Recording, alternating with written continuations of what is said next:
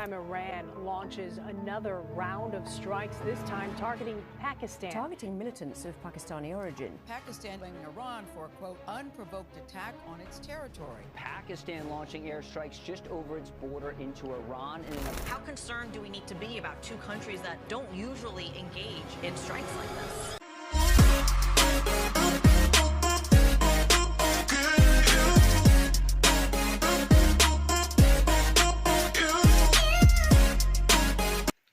Welcome करता है by with new brand reaction video के साथ। मैं हूं अब्दुल शकूर पाकिस्तान से और आज हम जिस वीडियो पर रिएक्शन देने वाले हैं वो है पाकिस्तान स्ट्राइक्स बैक।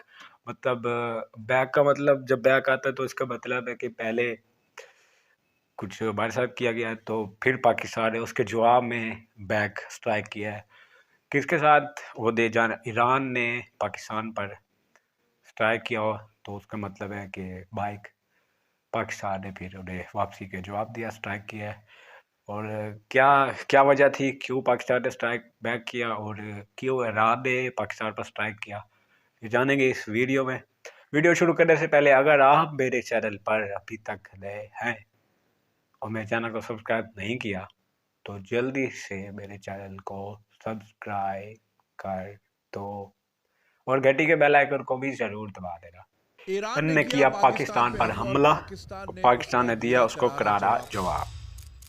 वो क्या वजूहात थी कि ईरान को इतना बड़ा कदम उठाना पड़ा क्या वजूहात पड़ोसी के लिए जहां से कभी भी कशीदगी नहीं फेस करनी पड़ी। इस खित्ते की जियोपॉलिटिक्स किस तरह शेप होने जा रही है और आलमी कुव्वतें इस वाक़े को किस तरह देख रही है, आइए इस वीडियो में जानने की कोशिश करते हैं। Meantime, Iran launches another round of strikes, this time targeting Pakistan. Targeting militants of Pakistani origin. Pakistan blaming Iran for a, quote, unprovoked attack on its territory. Pakistan launching airstrikes just over its border into Iran. How concerned do we need to be about two countries that don't usually engage in strikes like this? इस video का नाम है Pakistan strikes back और मेरा नाम है जुनैद अकरम। Video देखने से पहले चैनल को सब्सक्राइब जरूर कीजिएगा। ईरान ने जो हालिया पाकिस्तान के ऊपर हमला किया, ये ईरान का तीसरा हमला है इसी हफ्ते किसी सॉवरेन कंट्री पे। पहला हमला उन्होंने इराक में किया जहां ईरान के बकौल उन्होंने मोसाद के 2 एजेंट्स को टारगेट किया। दूसरा हमला उन्होंने किया सीरिया में उन प्रॉक्सीज के खिलाफ जो बशर अल असद के खिलाफ लड़ रही हैं और जैसा कि ईरान सीरिया को सपोर्ट कर रहा है तो ईरान का कहना था उन्होंने प्रॉक्सीज पे हमला किया। और तीसरा हमला उन्होंने किया पाकिस्तान में बलूचिस्तान के जिला पंजगुर का एक इलाका है जिसको ब्रूम कहा जाता है और कोहे सब्ज के नाम से ये जगह मशहूर है, जहां पे रॉकेट दागे गए, जहां पे 2 बच्चियां शहीद हुई और एक खातून जख्मी हुई। ये वजह क्या बनी, इसको हम थोड़ा बैक ट्रैक करेंगे। 15 दिसंबर, जिस वाक़े को इतना मीडिया पे हाईलाइट नहीं किया जा रहा, 15 दिसंबर को ईरान की साइड जो सिस्तान बलूचिस्तान का प्रोविंस है, ये एक पूरा जो एरिया है इसको समझना पड़ेगा, ये एक स्मगलिंग रूट है। अब यहाँ पे आए दिन झड़पें होती हैं स्मगलर्स की, पुलिस के साथ, फ्रंटियर कोर के साथ, रेंजर्स के साथ, ईरानी फौज के साथ, इनके आपस में कशीदगी चलती रहती है। 15 दिसंबर को हमला होता है सिस्तान बलूचिस्तान में जहाँ पे ईरान के 11 पुलिस एहलकार अपनी जान से हाथ धो बैठते हैं। अब ईरान चाहता था इसकी रिटेलिएशन। खित्ते में अगर देखें तो पहले ही कई जगह पे जंग का मार्का लगा हुआ है। गजा और इसराइल का मामला 5 अक्टूबर से वैसे ही जारी है। हुतीज ने जो है कार्गो शिप्स पे जब हमला किया तो यूएस और यूके भी एंटर हो गया सऊदी बॉर्डर के करीब और वो यमन के अंदर हुतीज पे स्ट्राइक कर रहे हैं। यहाँ पे ईरान ने थोड़ा सा फील किया लेफ्ट आउट और वो अपनी चौधराहट दिखाने के लिए कि मैं भी कुछ हूँ और मुझ तक कोई ना आए तो जरा मैं इराक पे हमला कर दूं, सीरिया पे कर दूं और ये पाकिस्तान ये तो वैसे भूखे नंगे हैं, इनके पास कुछ नहीं है तो 2-4 रॉकेट यहाँ भी दाग देते हैं, क्या ही कर लेंगे। लेकिन इन्होंने शायद पाकिस्तान को हल्का लिया और पाकिस्तान जो है रिटेलिएट करने में देर नहीं लगाता। थोड़ा सोचा गया इस बारे में, उसकी डिटेल्स भी आपके साथ शेयर करते हैं। IRGC जो पासदारान इनकलाब कहलाती है, जो कि आप समझ लें कि ईरान की स्टैब्लिशमेंट है, उसने मिस कैलकुलेशन की और सोचा कि अगर पाकिस्तान पे भी हम हमला कर दें तो हमें कोई वहां से रिटेलिएशन नहीं आएगी और खित्ते में जरा हमारा एक नाम हो जाएगा। 17 जनवरी को जिस दिन ईरान पाकिस्तान पे हमला करता है, इत्तेफाक से भारतीय फॉरेन मिनिस्टर जयशंकर तेहरान में मौजूद होते हैं और उनका बयान आता है कि India understands actions taken in self defence. अगर वो खुल के इसकी सपोर्ट नहीं करते लेकिन किसी तरह उन्होंने थपकी दी ईरान को कि ठीक किया जो किया। अच्छा, ईरान ने जिस आउटफिट को टारगेट करना चाहा जैशुल अदल, उसकी कोई सबूत फराहम नहीं किए कि हमने कितने दहशतगर्दों को मारा है या क्या किया है।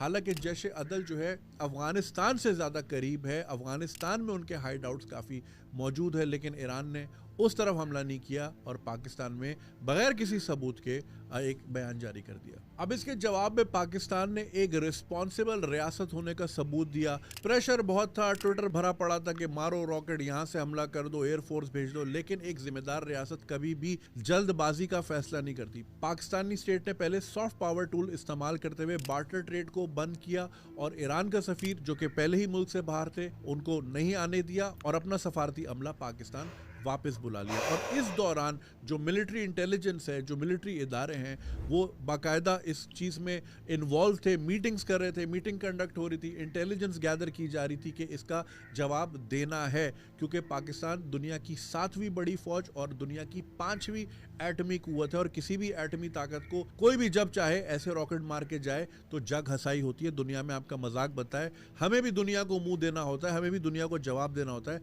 हमारी भी भले जेब में पैसे नहीं है, दुनिया में एक ग्लोबल स्टैंडिंग है, दुनिया हमारे हिसाब से आगे पीछे फैसले करती है, तो हमें इसका जवाब देना जरूरी था। सो सबसे पहले ऑन ग्राउंड इंटेलिजेंस को प्लेस किया गया, क्योंकि होता यह है कि जब भी कहीं हमला किया जाता है तो आपको मेक श्योर करना होता है कि आपका फुटप्रिंट वहां मौजूद हो, जो इन वाकयात की तस्वीर खींच सके, फुटेज ले सके, ताकि आप दुनिया को दिखा सके। वरना गुजरे पास में देखा है कि दुनिया क्लेम करते कि जी हमने पाकिस्तान का F-16 गिरा के फेंक दिया, जो कि कभी इन्वॉल्व था ही नहीं। तो इसलिए आपको ऑन ग्राउंड इंटेलिजेंस चाहिए होती है। तो 3 डिफरेंट लोकेशंस पे जहां पे BLA और BLF के सेपरेटिस्ट मूवमेंट के मेंबर्स हाइड आउट लिए हुए थे, शामसर, हंग और सरावान, वहां पे मल्टीपल अटैक्स किए गए, जिसमें शामिल था MLRS multiple launch rocket system, जिसमें शामिल था किलर ड्रोन और लॉइटरिंग म्यूनिशंस, और इसके साथ 7 डिफरेंट हमले किए गए। और जैसे ही हमले हुए उन हाइड आउट्स की और जिन लोगों पे अटैक किया उनकी बाकायदा तस्वीरें ली गई और वो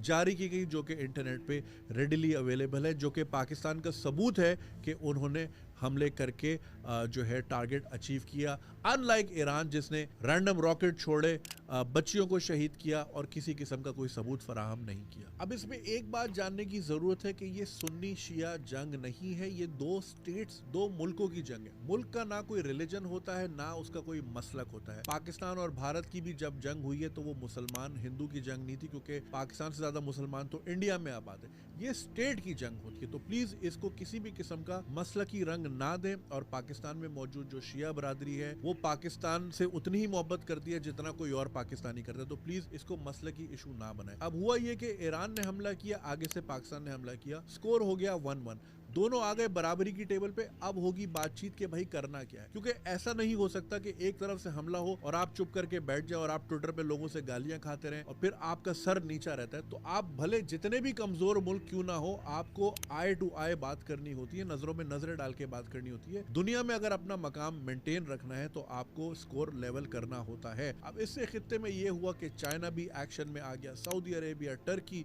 सब जो है पाकिस्तान की साइड में हो गए। अमेरिका ने पाकिस्तान की फेवर में बयानात जारी किए हैं, तो पाकिस्तान की स्टैंडिंग इस खित्ते में बड़ी हो गई है। बाज़ाराने इनकलाब यानी IRGC की बहुत बड़ी मिसकैलकुलेटेड एफर्ट की वजह से ईरान को ग्लोबल एम्बैरेसमेंट का सामना करना पड़ा। और 1988 की ईरान इराक वॉर के बाद ये पहली बार हुआ है कि ईरान के अंदर हमला किया गया हो। लेकिन बात इवेंचुअली आती है टेबल टॉक की तरफ। ईरान को अब इस बॉर्डर पे भी, जहां से उसको पहले बहुत सुकून था, अब शायद आर्मी लगानी पड़े। पाकिस्तान जो कि ऑलरेडी 2 साइड से हॉस्टाइल एनवायरनमेंट का शिकार है, हॉस्टाइल नेबर्स का शिकार है, पाकिस्तान तीसरा बॉर्डर अफोर्ड नहीं कर सकता। लेकिन उन 2 बॉर्डर्स को भी एक मैसेज देना की बहुत ज़रूरत थी कि अगर आपकी तरफ से भी किसी किस्म की मिस एडवेंचर की कोशिश की गई तो आपको भी इसी तरह जवाब दिया जाएगा। तो पाकिस्तान के लिए ये बहुत ज़रूरी था। ईरान एक लॉन्ग टर्म सैंक्शंस का पहले ही शिकार है, पाकिस्तान भी एक पॉलिटिकल और इकोनॉमिक टर्मोइल से गुजर रहा है। दोनों जंग अफोर्ड नहीं कर सकते, लेकिन जस्ट बिकॉज अफोर्ड नहीं कर सकते इसका मतलब ये नहीं कि आप जवाब देने से कासिर है। अगर एक थप्पड़ सामने से आएगा तो एक थप्पड़ इधर से भी आएगा। यही मैसेज है आज की वीडियो का। आई होप आपको इस वीडियो के जरिए काफी चीजों की क्लैरिटी मिली होगी। आपका क्या पॉइंट ऑफ व्यू है कि इस खित्ते की जियोपॉलिटिक्स किस तरफ जा रही है, इंडिया इस हमले को किस तरह देख रहा है, ग्लोबली इसके क्या असरात हो सकते हैं? अपना point of view comment section में देना नहीं भूलिएगा। आपसे मुलाकात होती है अगली वीडियो में, तब तक के लिए खुदा हाफिज। ये थी वीडियो, ये सारी वजूहात थी वीडियो में देखी कि क्यों ईरान ने पाकिस्तान पर हमला किया, फिर पाकिस्तान ने बैक में उन्हें स्ट्राइक किया। तो सबसे पहले तो देखिए जिस तरह फ़लस्तीन पर इसराइल कर रहा है, जो वो जंग जो चल रही है उधर, तो ईरान ने सोचा मैं अपनी पहले इधर उधर साथ वाले, पहले सूरिया में, फिर इराक में, फिर पाकिस्तान पे अब कर दिया। इसी हफ्ते में 7 डिफरेंट स्ट्राइक कह रहे थे कि किया है ईरान ने। तो वो अपना रौब जमाने के लिए कि भाई मैं भी कुछ हो, तो जिस तरह फ़लस्तीन पर हो रहा है तो मुझ पे कोई हमला ना करे, इसलिए ये सूरिया में कर दिया, फिर इराक में या पाकिस्तान में, कि मुझ पर कोई हमला ना करे तो पूरी दुनिया को ये पहुंच जाए कि ईरान पर कोई हमला ना करे। लेकिन वो ये सोच रहा था कि मैं ये जो कर लूँगा तो मुझे कोई जवाब नहीं देगा। पाकिस्तान के वैसे ही पॉलिटिकल माहौल थोड़ा ख़राब चल रहा है, तो वैसे कंगाल है, तो ये सब कुछ नहीं है, तो वो कुछ नहीं करेगा तो मैं उन पर कर दूँ। तो खैर वो ये भूल गया था कि ये पाकिस्तान की आर्मी वर्ल्ड नंबर 7 पर है और पाकिस्तान की 5वें नंबर पर है। तो मैं इस मुल्क पर अगर कर रहा हूँ तो फिर पाकिस्तान भी तो आगे से कोई जवाब देगा, ये उन्होंने नहीं सोचा। तो इधर पाकिस्तान की बात करें तो वे ज़िम्मेदार स्टेट के होने के नाते उन्होंने सब कुछ जो हो सकता था ज़िम्मेदार स्टेट जैसे करती है वैसे किया। पहले उनके सफ़ीर को, वो तो वैसे ही पाकिस्तान में नहीं है, फिर उसे अपने सफ़ीर ईरान से बुलवा लिए, जितने भी सफ़ीर थे, फिर उन पर स्ट्राइक किया। और स्ट्राइक जो की है वो आप लोगों ने देखा है कि पूरे सबूत के साथ फुटेज ली हुई है और वो दिखाया है। ऐसे नहीं है कि बस ऐसे कह दिया, मुँह से कह देना हाँ भाई हमला कर दे, नहीं, पूरा उन्होंने सबूत दिया है कि हमने वाकई ही ईरान पर स्ट्राइक किया है। जिस तरह पाकिस्तान के लिए कहा गया कि पाकिस्तान का जेट 17 हमने गिरा दिया है, हमारे पड़ोसी मुल्क ने ऐसे कहा था, हालांकि उनके पास कोई सबूत नहीं था और ऐसा पाकिस्तान ने नहीं किया। पाकिस्तान ने और पूरा फोटो दी और सबूत दिया कि हाँ भाई हमने स्ट्राइक किया है। लेकिन इंडिया के जो वहाँ पे गए हुए थे मिनिस्टर, उन्होंने ट्वीट किया, ईरान के हक में किया, तो यानी कि इसका मतलब वो ईरान के साथ खड़ा है। खुली आवाज़ नहीं की, लेकिन वो जो होता है ऊपर से भाई हाँ हाँ आपने अच्छा किया, ये सब कुछ इंडिया ने किया। लेकिन मैं ये सब कुछ नहीं कहना चाहता, इंडिया को इसमें इन्वॉल्व नहीं करना चाहता, बिकॉज हमारा चैनल, हमारी मीठू रिएक्शन फैमिली वो मोहब्बत दुनिया में स्प्रेड द लव करना चाहती है और हमेशा हम फैलाते रहेंगे मोहब्बत। तो सी यू सून विद